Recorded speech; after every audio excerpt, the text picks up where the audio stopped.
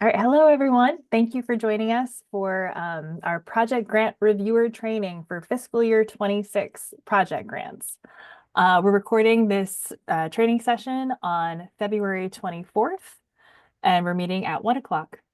So we're going to be recording this and sharing it out with anticipated reviewers for the fiscal year 26 project grant round. So I'm going to start at the beginning, even though I'm sure many of you are veteran project grant reviewers at this point, because it's always good to start with, what this program is, what kind of things we're going to be reviewing. So the Heritage Area Project Grant is a grant program that is a source of funding designed to assist and encourage the preservation of historical, archaeological, natural, and cultural resources and support economic development through heritage tourism within heritage areas certified by MHAA. And the Heart of the Civil War is one of those certified heritage areas. We're one of 13. So this program is interested in funding heritage tourism products and preservation projects, particularly ones that are going to allow an asset to contribute to heritage tourism, either in the short or the long term. So this is things like preservation of buildings, including planning stages, acquisition of important land like battlefield land, development and fabrication of exhibits. Some conservation work has been funded by this grant program. We really take a pretty broad view of preservation and heritage tourism. And I've highlighted two previously funded project grants. So the oxen at the Carroll County Farm Museum, I believe their yokes were funded several years ago by a project grant round.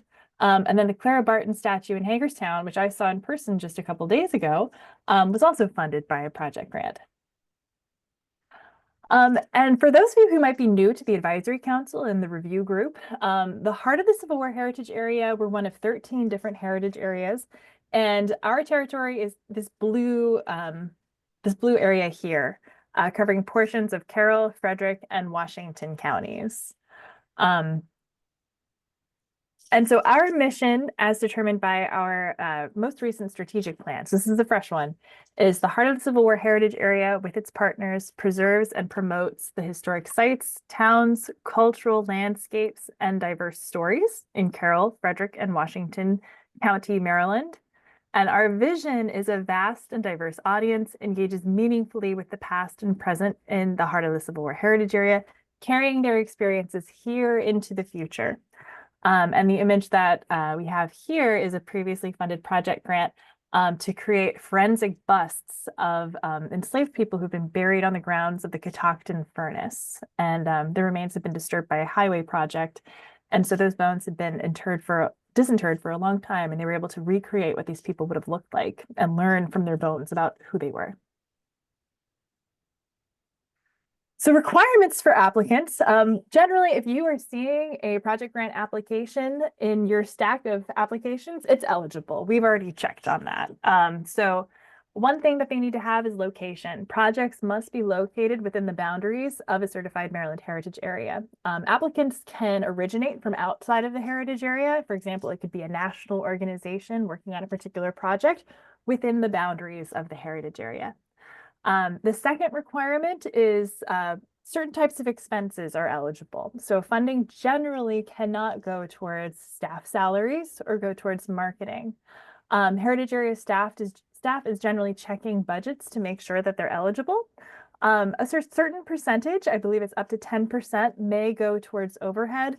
Few applicants take advantage of this, but this is a statewide provision that is true for, I believe, almost pretty much all grant programs that disseminate from the state, where up to 10% can go to overhead. And matching funds are required to be eligible. Dollar for dollar match must be provided, but applicants can use any combination of cash match and in-kind match, things like donated value. It could be things like donated materials. They're able to take the full value of that material that was donated, or donated time. And the value of a volunteer hour in the state of Maryland is well over $30. And applicants can also use skilled volunteers who are able to use the value of what their hourly rate would be. The only thing that cannot be used as match is state money, because we're interested, since this is a state grant program, we're interested in seeing seeing funds leveraged that are not also originating from the state. So that can be things like private donations, it can be municipal budgets, it can be federal money, anything that doesn't come directly from the state of Maryland. A little more information about the fiscal year 26 round that we are in now. Part of the Civil War Heritage Area, 34 intent to apply forms came in from applicants located within our heritage area. And so they're requesting more than $1.6 million in grant funds.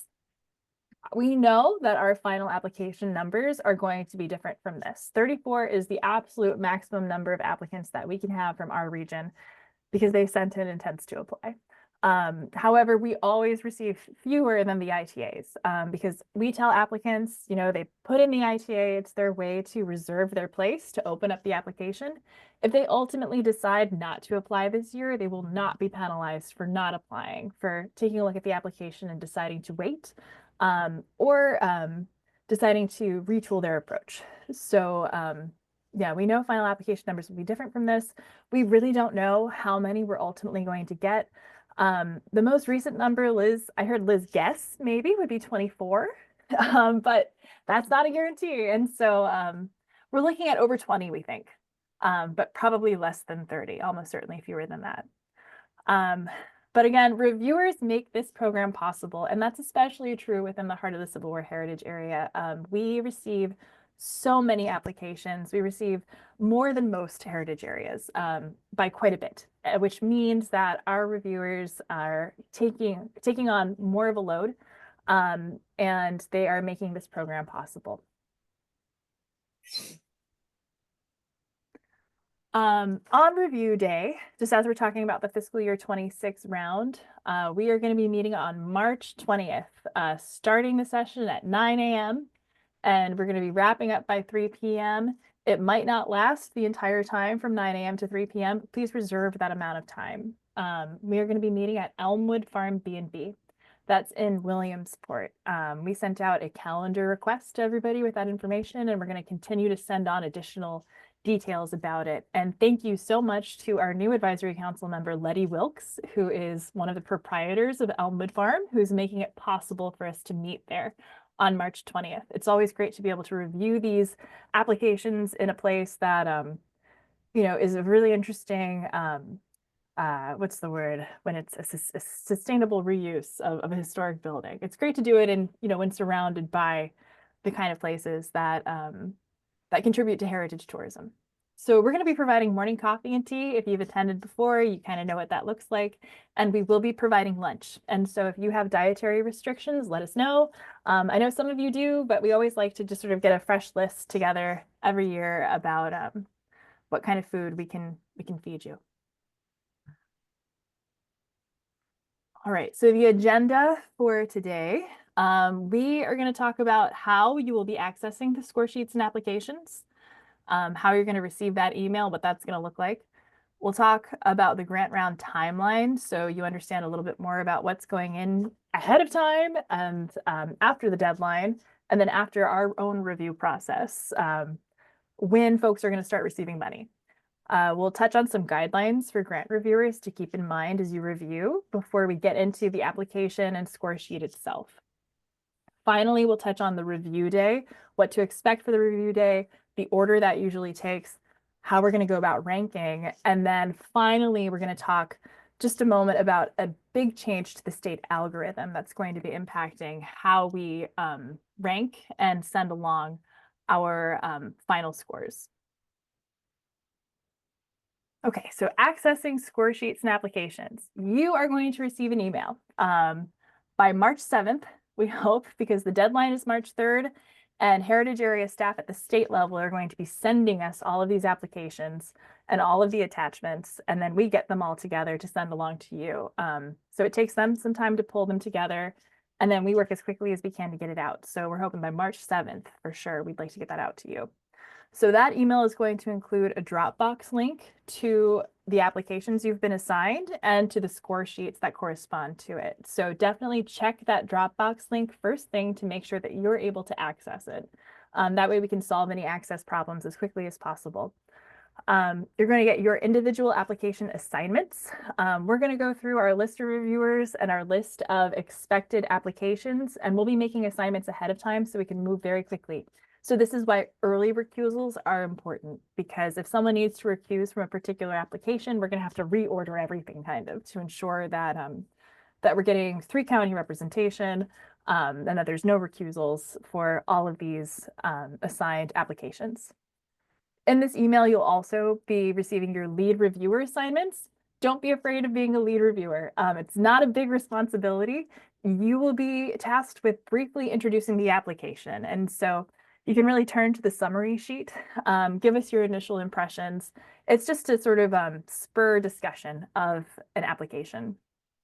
And as an attachment to this email, we're going to have a spreadsheet of all of the applications received, the total amount requested, and the reviewer assignments in spreadsheet form too, if that's an easier way for your brain to process the information.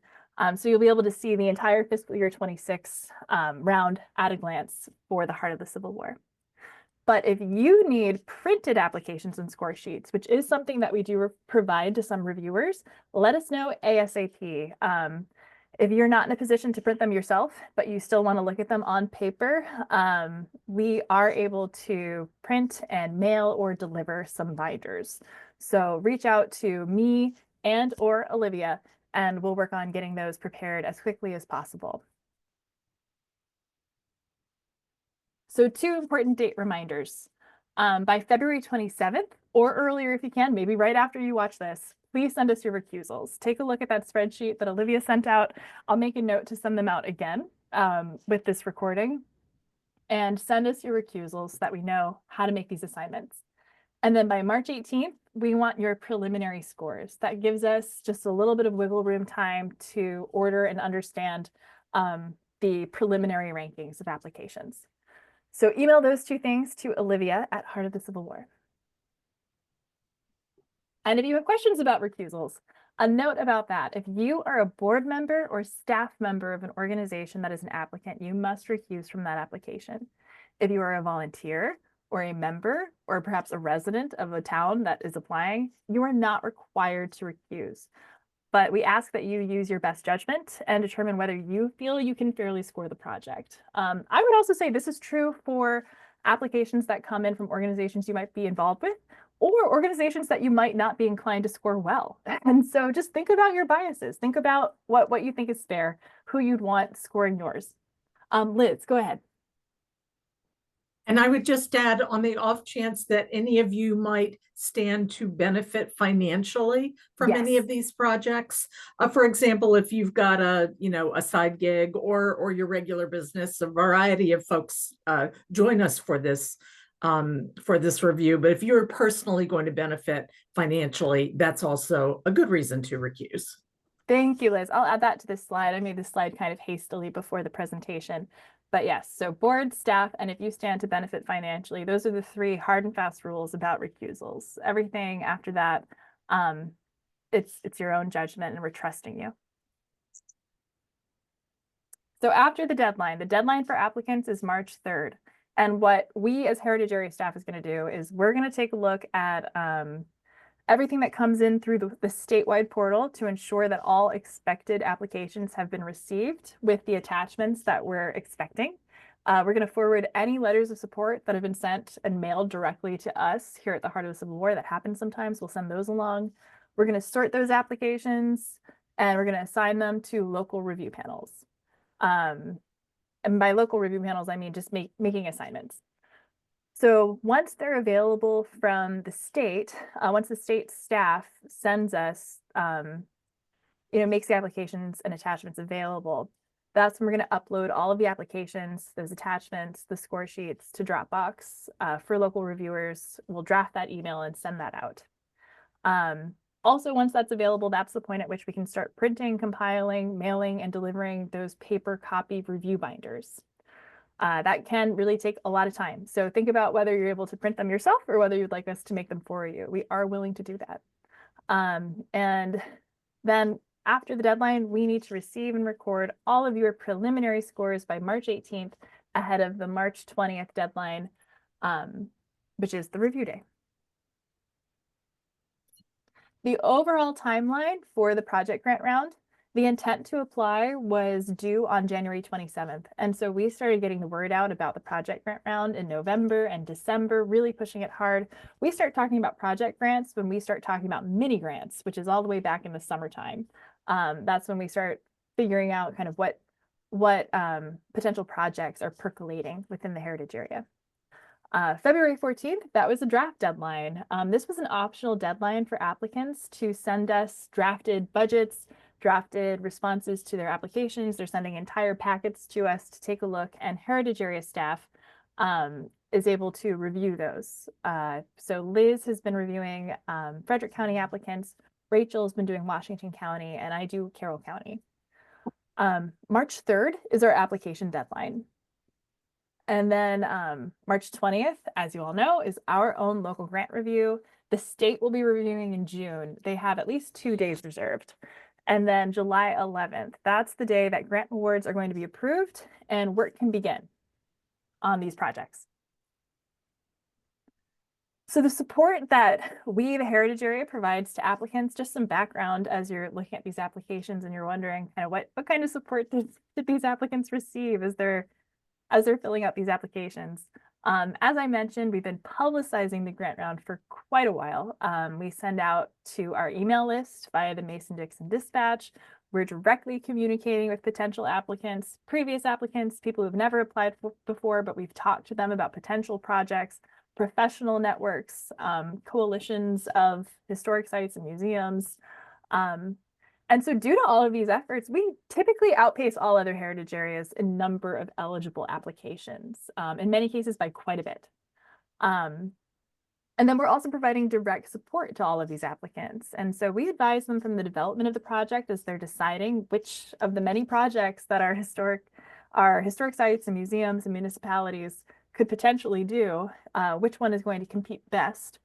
And we follow up on every ITA that is received from within our heritage area to provide support drafting and submitting final applications and ensuring that everybody knows the general training that's available, the resources that are on our website, and the one-on-one services that are available to every applicant to this program within the heart of the Civil War. Some of the resources on our website, this is on the project grant page on our website. We have all the dates and deadlines, the virtual Q&A sessions that were being offered by MHAA. We offered our own online training webinar.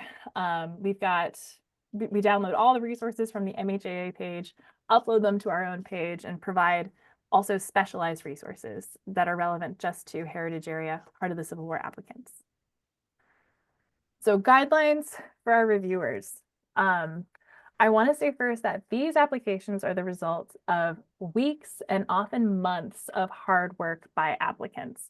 Our applicants many times are coming from all volunteer organizations, and we're really proud of the fact that within the heart of the Civil War, all volunteer organizations compete really well with professionally staffed organizations. Organizations with 1 or 2 professional staff are competing at the same level with well-established organizations that have lots of staff members. And so with that in mind, I encourage you to focus on the merits of the project, think about the project as a whole, and try to be a generous proofreader. If you're looking through and something strikes you as odd or questionable or potentially ineligible, if a red flag raises for you, please reach out to heritage area staff before you finalize your score. Of course, errors in the text that impede understanding need to be reflected in the final score. They need to be, we've been working with applicants to try to ensure that these are understandable, clearly written applications. However, if a misunderstanding arises, we might be able to clear that up before review day, and we might be able to clear that up before the state review as well. So some applicants, they don't reach out to heritage area staff for assistance. But also some applicants do reach out to heritage area staff for assistance. And I just want to say that we're also just human and doing our best. Sometimes we might miss something. Sometimes we're also kind of embroiled in the application with the applicant, and we're not able to see something that might be unclear to someone who's on the outside. which is part of why we ask applicants to show it to people who aren't directly involved with the project as well. But these things can happen, and we really want to make sure that quality projects get a fighting chance. It is competitive, but I just think that's an important note as a guideline for reviewers. Keep in mind that local scores are going to receive the greatest weight at the state level, but the final funding decisions at the state level are almost definitely going to differ from our local priority list.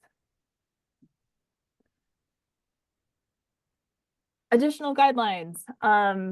So just to note that point values are a range. It's 0 to 12 rather than 0 or 12. So you can give them a 10 or 11, a 2.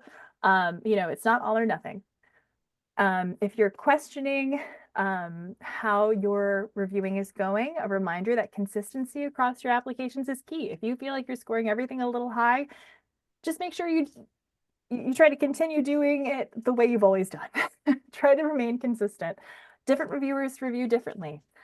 Try to look at all of the grants if you can. Even if you aren't assigned to review a grant, you are invited to participate in the group discussion on review day. When you get started with an application, you can orient yourself to it by reading the summary and the budget first, and that might help you as quickly as possible understand, okay, that's what this application is for.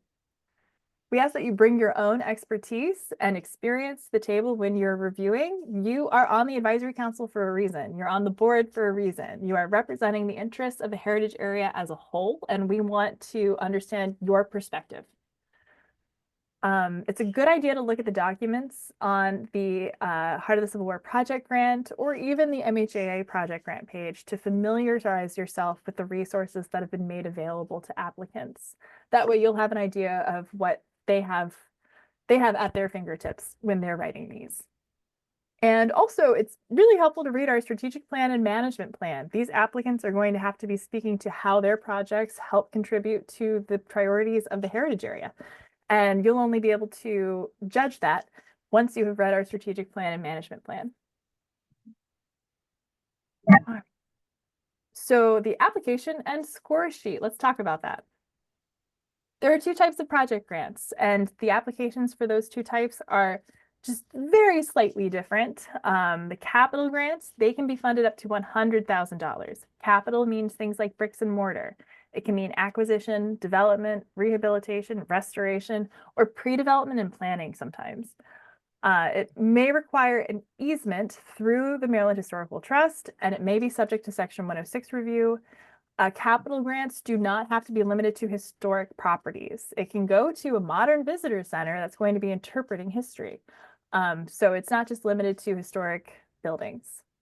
Non-capital grants can be funded up to $50,000. That's where you're going to find things like planning, design, interpretation, some events. We have certain rules about one-off events, but also things like technology. Websites can be funded by non-capital. Exhibits are funded by non-capital funds, and wayside panels, like what you see on the side of roads, in parks, on sidewalks, like Civil War trail signage, things like that can be funded by non-capital grants. So we're going to break down the application. So the application consists of several parts. There's an overview, which is not scored, project information, budget information, project impact, which is where most of the really qualitative responses are coming through about how it speaks to the priorities of heritage tourism within your region. Property information, this is just for capital grants, and then supplemental documents where applicants are invited to upload attachments, letters of support, things like that.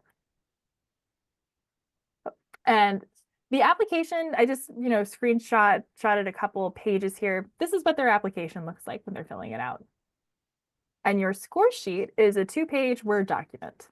So this is what your score sheet will look like. And we're going to break down all of the pieces of the application in the score sheet. So project information, they're going to provide their title, their project summary, and their overall project description in the project information section. So the title is going to be the briefest of all. We've asked that folks be descriptive and not too long in their title, but it should be specific. You should have an idea of what they're going to do. Their project summary is the next briefest part. So this is just the facts, just the deliverables that are going to be completed by using these grant funds they're asking for and the matching funds for it. They're not going to need to tell us about their previous phases of work, their future phases of work. We just want to know this section of work. What's your project summary? The overall project description is where they're invited to elaborate, to describe past phases of work, future phases of work, who they might be working with. We definitely want them to be clear about the current request within that overall project description so that it doesn't get confusing. But the project description is where they're allowed to provide more information.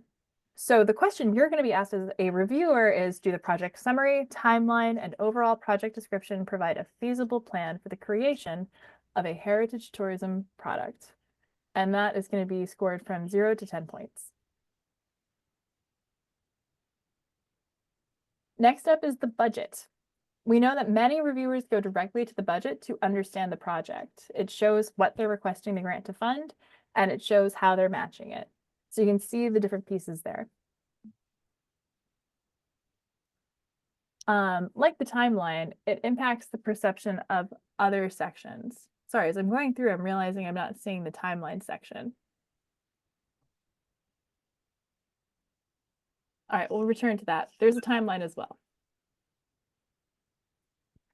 So the budget, within this budget, we ask that all of our applicants be specific. We want to know if you are buying widgets, what is the cost per widget so that we understand exactly where this money is going towards. They're going to be invited to indicate the basis for their costs. We're encouraging folks to ask vendors for estimates, to use figures from similar projects. We want it to be realistic. This is also where they're going to show their in-kind support. They can count their volunteer hours in this budget. Staff time, again, can also be part of a cash match if documentation is going to be able to be shown that their time is spent on the project specifically. So you don't need to worry about that part, but just remember staff time is also eligible.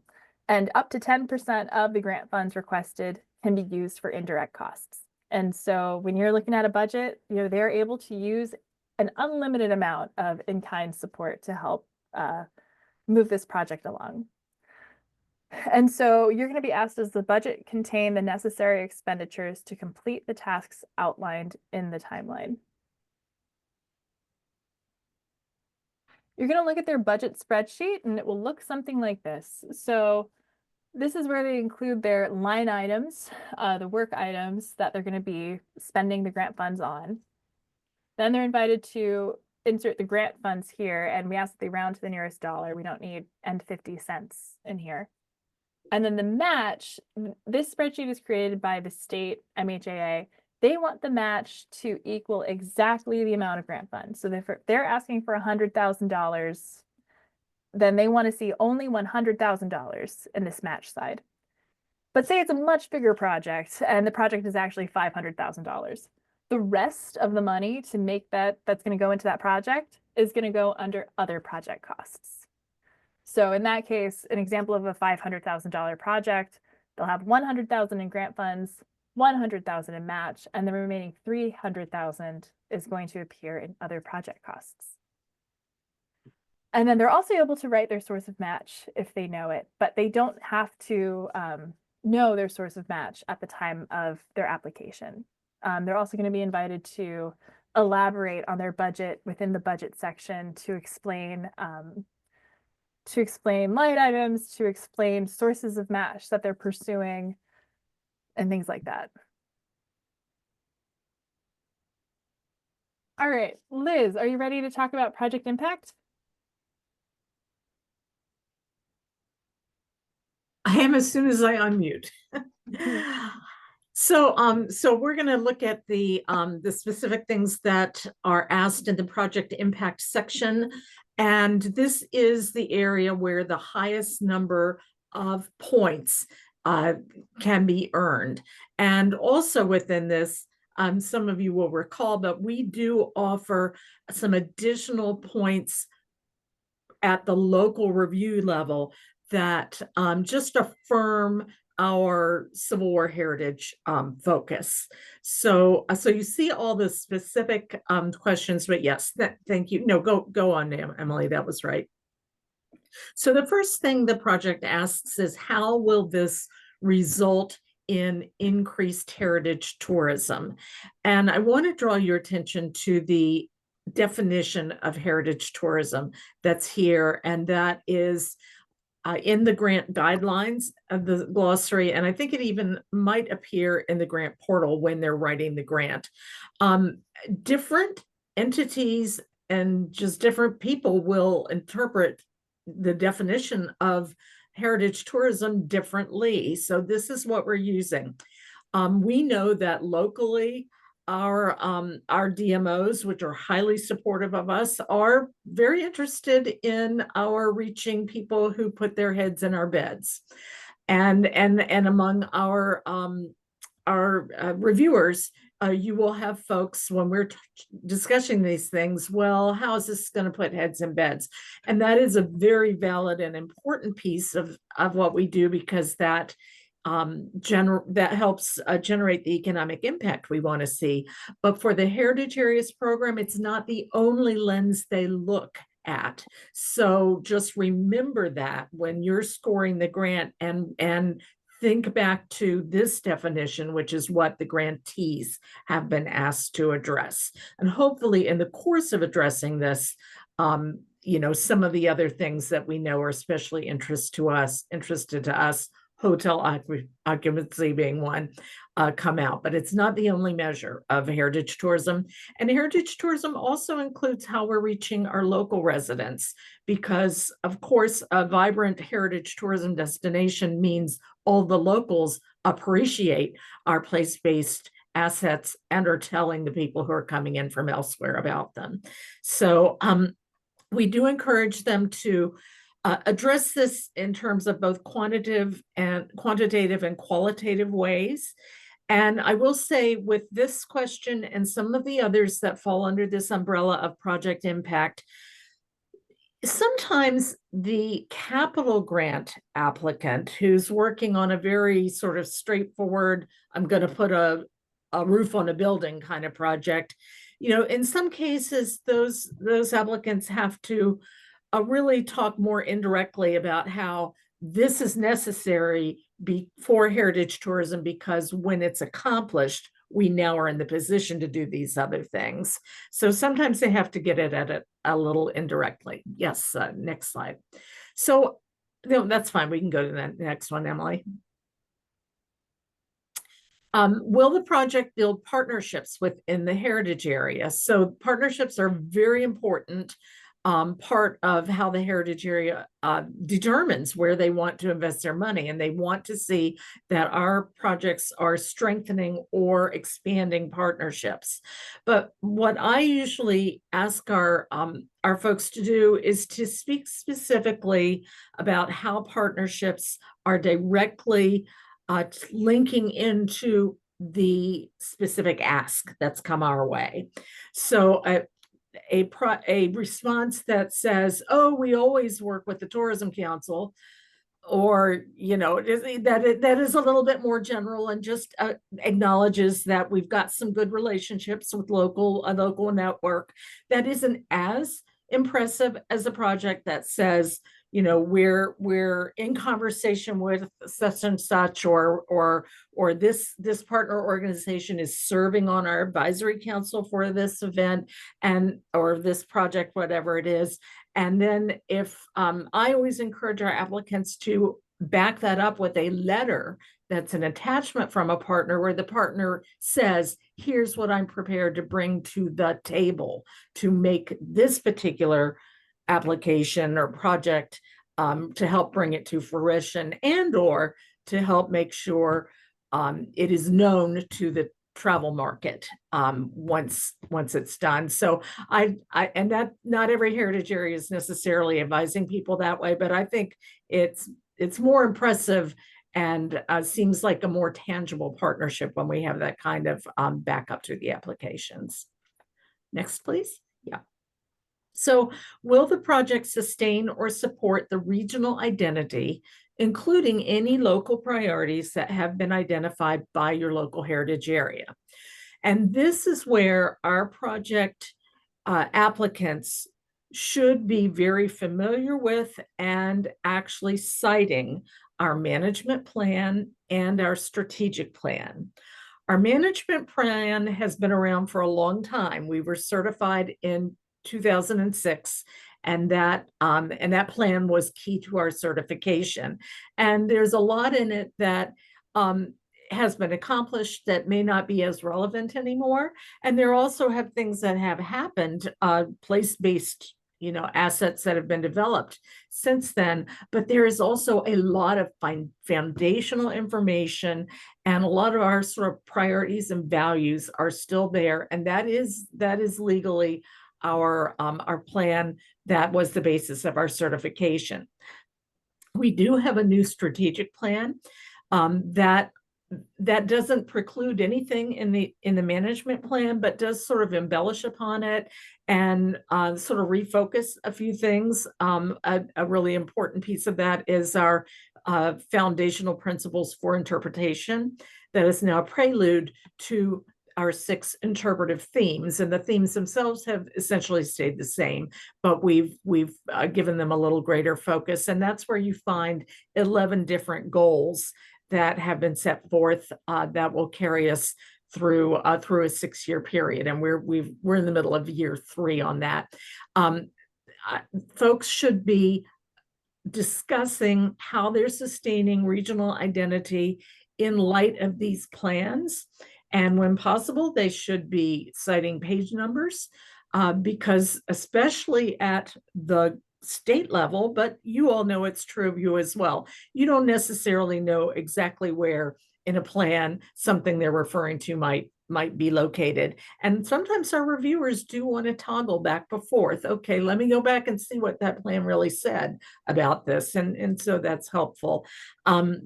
So we do get applicants that sometimes are much more vague about this regional identity piece, but they should be telling us as reviewers, this is how our project is going to advance those things that you all have stated as important to you and that the state has certified, and this is where targeted investment is supposed to be happening. So next one. So then for our local reviewers, and this does not well, so this gets to the citing of the page numbers. Let's go to the next one. So the state this year has established as a priority funding area projects that highlight an aspect of Maryland's involvement in the 250th, the nation's 250th anniversary. I say that's a priority funding area, but in fact, it's only 2 points. This is not going to make or break an organization. And because this is here, we also had a priority for this at our local review level last year. We don't have any additional local points for it because the state has taken this on. But it's very broad, and most of our applicants ought to be able to gain these points. How much they've made the effort to make the case, we'll see when we get the applications. But this can go back to indigenous land and displacement of indigenous peoples, and the legacy of free and enslaved African Americans. It can support identifying and enhancing cultural assets that tell the story of who we are as Marylanders, and then promoting those place-based visitor experiences. And the state also is looking for projects that are engaging youth, new arrivals in America, lifelong learners, the whole gamut. In the application itself, it gives some specific mandates that are embedded in the governor's executive order for the Maryland 250th Commission. So that's right there in front of them, and you will see that when you are reading their application. And then we, as a heritage area, have been encouraging looking at some themed-based publications and planning guidance from the American Association for State and Local History. But because this commemoration is supposed to look at 250 years of history plus some, there's a place for nearly every project to make their case for this impact. Next. So why does the project have to proceed at this time? This is urgency. And we've certainly seen in our heritage area that urgency points can sometimes be the thing that makes or breaks a project. And urgency can be a couple of different things. You know, when we're stepping in to help a building that may be on the verge of collapse, that's sort of clear urgency. We all get that. But we also can look at things that may have some timing that makes it urgent. It can be an upcoming anniversary. It can be, in some cases, organizations have tapped into matching funds, but those funds have to be expended at a certain point if they're going to hold on to them. And so there might be, you know, the rest of the money for this project is going to disappear if we don't get this grant now. And there, you know, and there may be other cases for urgency, but that's this can often be important, and we see it especially with I think those preservation projects that come our way. So does the project make a provision for physical or programmatic access by individuals with disabilities? Again, this is, it seems fairly clear cut, but we certainly invite our responders to think beyond ramps, but to all the kinds of ways that a program or project may be made more accessible to the visitors who come with different sorts of needs when they arrive. Does the project address diverse or inclusive historical narratives?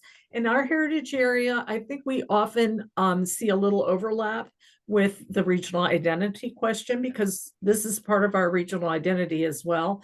But we do want folks to think about, you know, how they are addressing an inclusive historical narrative, and bringing out stories that maybe haven't been spotlighted in the past. And when they can make their case that they're also working with the communities whose stories are being told, that's a sweet spot. And I would say, I don't hear this as much at our local review, but we get to observe and only observe at the state level review. And I hear that point all the time. That's fine if they're telling this story, but where are the people whose story, who hold that story? How are they involved in the telling? So that's an important one as well. And again, this is another one of those things where a capital project, you know, if you're putting a roof on the building, you may or may not have a story that relates to that very specific project that is African American or Indigenous or Latino. But it might be something that makes possible all kinds of programming that then will address inclusive audiences and narratives. So let's keep going. So for our local criteria, we elevate our Civil War purpose here. And this is part of the score sheet that does not show up when the state grant reviewers are looking at theirs, but it can make a difference here. And again, the most points that will be earned are 5 points. So that's also to say, while Civil War is important and we're affirming that with this local criteria, it's not absolutely necessary. We have plenty of things that have other aspects of history, culture, heritage tourism that do get funded. But to get these points, the applicant has to, first of all, be able to make the case that it actually is named in our management plan as one of the resources that we're interested in. And we've given page numbers and then a specific appendix that can be cited. And you may earn up to 3 points on that one. If the answer to A is yes, you've you are named. And then the question is, will the project preserve a structure of Civil War significance or preserve or conserve land of Civil War significance? So that also is earns a few points. And then they need to be able to cite stewardship as one of those primary goals that they're aiming for. And we have another slide for this, don't we, Emily? Oh, let me go back to the other. There's another way. If you're not actually named in the one of the documents in our planning document, there is a way to make the case that, in fact, even though you're not named, you might be an asset that's just come to light or just been brought into the heritage area by way of a boundary amendment, like Ellsworth Cemetery. But you can make your case, even if you're not specifically named, of why you are, in fact, an important Civil War resource in our heritage area. And I'm going to turn it back to Emily. All right, thank you, Liz. And so before we move on to the review day, I don't have a slide for it because my timeline slide seems to have wandered off, but within project information, applicants are also going to provide a timeline of work. And so that timeline is going to show that they know the steps it's going to take to execute this project.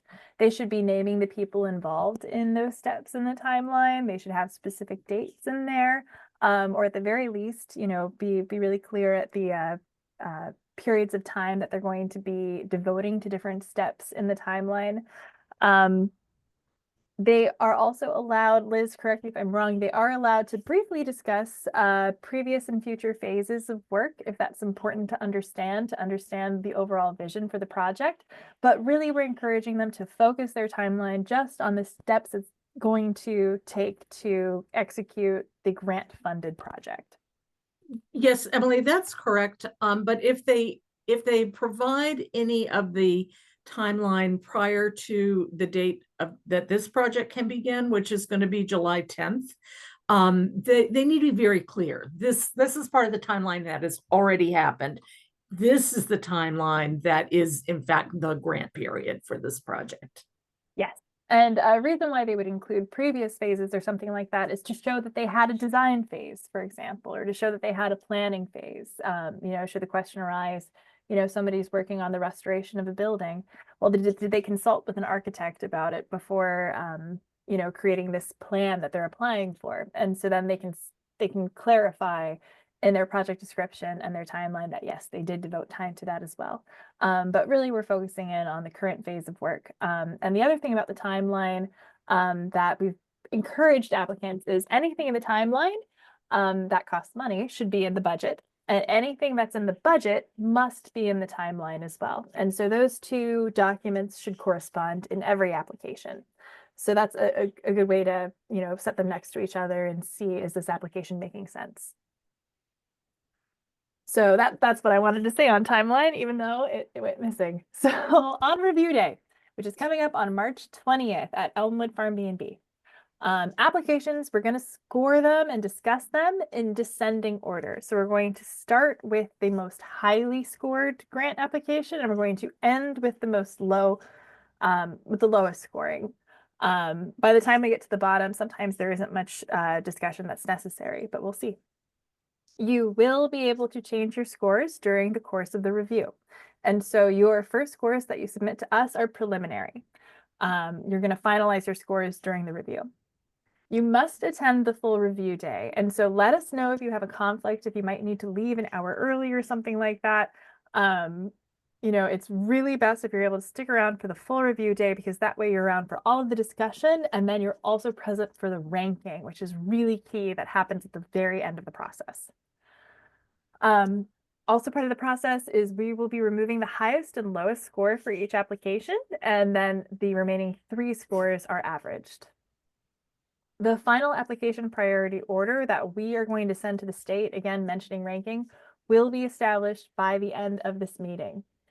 And then confidentiality we ask that you not share the details of discussions during the review or the results of the review day, because we know any ranking that we send on to the state, there's no guarantee about how any of this funding is going to work. And so it's really best to wait until the state releases the final results in July. So ordering grant recommendations after the general local review, we are going to reorder the grant priority list by score and by county. This is to ensure that all 3 counties are represented in the recommendations that we send to the state. This reordered list is then going to be considered by you, the reviewers, who can discuss and fine-tune the list to make sure that it reflects your true recommendations. And then throughout the process, we're going to be providing information about past funding amounts that have been awarded to the heritage area to give a general idea of how far down the list we think awards might make it at the state level. This is always an educated guess, and it is made much more complicated by this next part that we really wanted to make sure to address as part of this training. So there is a change to the way the state calculates the final order for awarded applications. And so their new algorithm ranks applications rather than comparing raw scores across all applications. This is an attempt to result in greater geographic diversity across the state and across all 13 heritage areas. Functionally, this results in kind of all top 3 applications from all 13 heritage areas being most likely to be funded. And so this means that less funds are available. Heritage areas with 5 applications are absolutely thrilled. They are seeing unprecedented returns. If they're sending 5, they're receiving more than 50% funded applications. Heritage areas with lots of applicants who have been reaching out to our communities and ensuring that all eligible applicants are coming to the table, we are seeing record lows. Last year, unfortunately, only 20% of our applicants were funded. It was not a good year to watch the review last year. And so we know that this year is not looking very much better because this algorithm is still active. And so we need to look really seriously at how we send our rankings onto the state, knowing the reality of how it's going to be scored at the state level. Because since they're going to be ranking, just to clarify even a little bit more, because it's ranking, our number 10 grant has traditionally been a very well-written, well-performing grant for an eligible activity that would be great to implement within the heritage area. Most other heritage areas don't necessarily have 10 grants. Their number 10 grant would barely be eligible. And so our number 10 grant is competing against other grants whose raw score may not be as high, but just because they're part of this heritage area with lots of stakeholders, they are much less likely to be funded.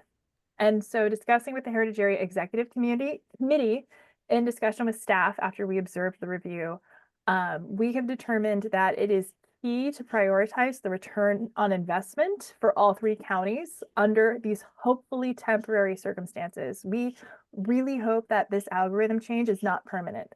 But until it changes, we need to be able to demonstrate the return on investment to all 3 of our counties, who are some of the main funders for the Heritage Area program within the heart of the Civil War Heritage Area, to ensure that we can keep this grant program running. And so part of this review process is going to be the traditional reordering by all 3 counties to ensure geographic representation across all 3 of our counties. And then looking at the amounts being awarded and thinking about, this isn't going to be about pulling a $100,000 grant that, scores very lowly and putting it at the top. This is looking in the top batch and reordering a little bit to ensure that the maximum investment is being returned to all 3 counties. And if anyone would like to have a discussion offline about this or just further discuss this, we'd be happy to chat about it. This is a big change, and this is something that we're looking at for this year, and we're hoping it's not going to be permanent. And so we wanted to make sure to address that as well. And so next up, I think, yes, Liz. let me just try to clarify that just a tad. This is so hard to understand. I would say last year, we did our typical ranking. The top three from each county were in the top bracket. So that top three, and that was based on the merits of the projects and how well done the applications were, was one $50,000 non-capital application, and two, I think one was capital, the other one might not have been capital, but two others that happened to ask for less than $20,000 each. But they were great projects. They scored above any of the other ones in their counties. So those were our three top, a 50,000 and two, and I don't remember the exact numbers, but that were well under $20,000 each. We might this year, when we're looking at that